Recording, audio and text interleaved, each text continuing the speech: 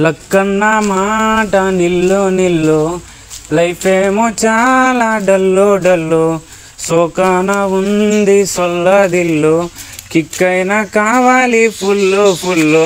కన్న మాట నిల్లు నిల్లు, లైఫ్ ఏమో చాలా డల్లు డల్లు, సోకాన ఉంది సొల్లదిల్లు, కిక్కైనా కావాలి full to our channel. So మనకు చెన్నైలో డే 1 నుంచి డే 9 వరకు మన యూట్యూబ్ ఛానల్లో ఉంది ముగులూరు 365.